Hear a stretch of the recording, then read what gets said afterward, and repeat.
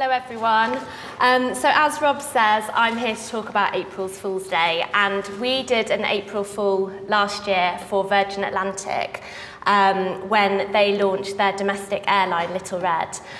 We had to do something that was big, that was going to grab attention around the world, to let people know that Virgin Atlantic was now operating in the UK because they're so synonymous with being a long-haul airline. So, April Fool's Day, I didn't really know where it came from, but it's quite an interesting story. Lots of people aren't really sure if it's true, but apparently in the 15th century, France changed their calendar. So instead of celebrating the New Year on the 1st of April, as they always had, it moved to the 1st of January. Now, there were lots of people who didn't like this change and were quite stubborn and didn't want to move to the 1st of January, so they became known as April Fools. Now, in PR, April Fool's Day is a bit of a bun fight, really. It's a great opportunity for brands to express their personality if they've got one and pretend they have one if they don't. It's also quite tricky because I don't know if anyone in here works in PR, but the nature of PR is that you get coverage in the newspaper, so you've got a stern journalist as the middleman to getting your story on the page. So how a PR sell-in would normally go is, I've got this story, will you write about it for me? With an April Fool, you have to lie because you're essentially telling them something that's not true and they're trying to see through it. So we had to think of a way around this. Now, Virgin is synonymous with April Fools as well. I think probably if you were asked a brand that had done many over the years, it would be the one that comes to mind. So this was one of the first when Richard decided for fun to fly a UFO over London. People thought it was actually true. Now, I don't think if there was a UFO, that's what it would look like, but some people were convinced. This one was quite an interesting one. This is when Pepsi were turning their cans blue for the first time. So Virgin Cola did an April Fool's story that when their Coke was flat, the can was going to turn blue. We then had Virgin Atlantic in the late 1990s who were going to advertise on butterflies. Virgin Media, who were sending ferrets underground to install their fibre optic broadband. Richard Branson buying Pluto, just because. No real commercial objective with that one. Virgin America, scratch and sniff credit card. Virgin Active, first animal gym.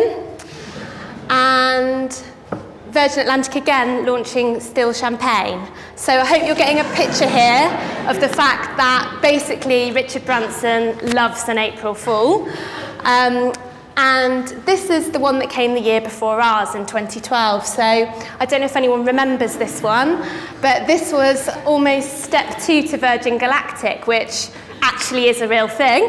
But Richard was going to give people the opportunity to travel to the centre of the Earth in a volcano. Now, this one did really well, and this was the one that was sort of held up as the example for us. And I think, probably if I'm being really honest, when we pitched this idea, we didn't really appreciate just how much Richard loved an April Fool.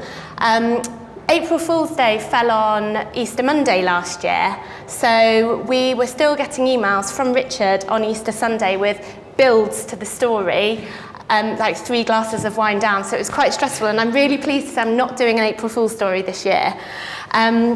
But we've got a bit of a video that kind of sums up what our April Fool was, but essentially the message that we needed to communicate was that Virgin Atlantic Little Red was in the UK, and this is what we did.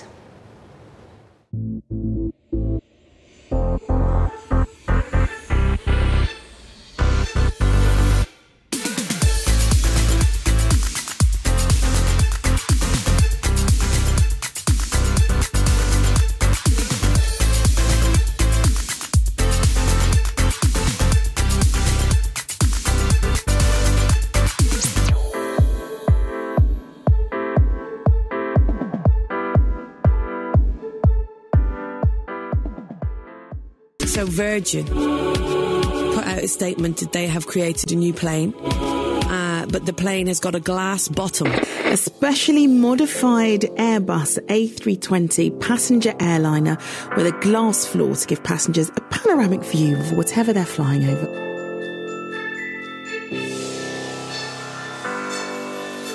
From today, the Heathrow flight to Aberdeen, they've commissioned a special jet so that flyers can see the view, 33,000 feet.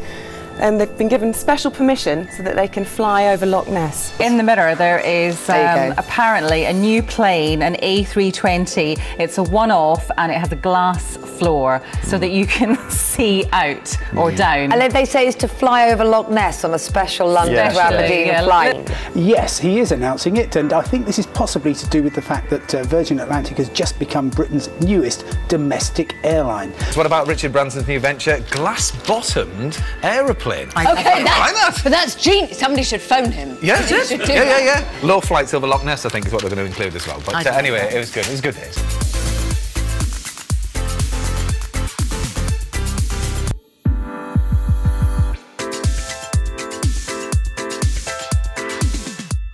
So that was the April Fool. I think the way that we went about it, I mentioned earlier about the fact that we didn't want to have to lie to journalists, so we let the Mirror in on the secret and persuaded them that instead of doing their usual paper April Fool, they would support us on ours, and that just meant that we got complete control over the messaging. The client was really nervous that this would just become a Virgin brand stunt and it wouldn't actually support their commercial objective, so that was really important for them. Why do I think it worked? There's so many April Fools put out every year. I think the magic ingredients behind this one were the fact that it was simple. You could explain it in a tweet. It was really visual. The Virgin Atlantic design team did a great job at kind of mocking up what it would look like. And I think a picture tells 1,000 words, and also it helped with the con. We let the Mirror in on the secret, as I said, which was really critical to make sure that we had that credible news source. I think if this had just come for Richard, given his colourful history of April Fools, which I showed you, there probably would have been a bit more reticence about it. But that gave us that credibility. And then we obviously milked all of the Virgin social channels as much as we could.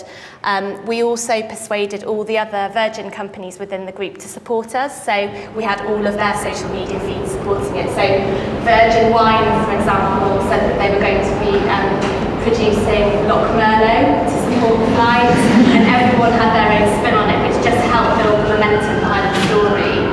And finally, I think the most important thing is that an April Fool has to be right on that line of, is this actually true? And a lot of the stuff that we saw on Twitter was people saying, reporting it like it was real, and the China thing was really just the jewel in the crown for us, because their national state television service actually ran it as a real story, which gave us another opportunity to go out to the media and get a second hit about why it was such a great April Fool. And then in all of those pieces in all of the national newspapers on the 2nd of April, we were kind of held up there as the one that got people guessing. So I'm really excited to see what happens on April the 1st this year. See if there's anything that grabs people's imaginations like this did. But thank you, that's it.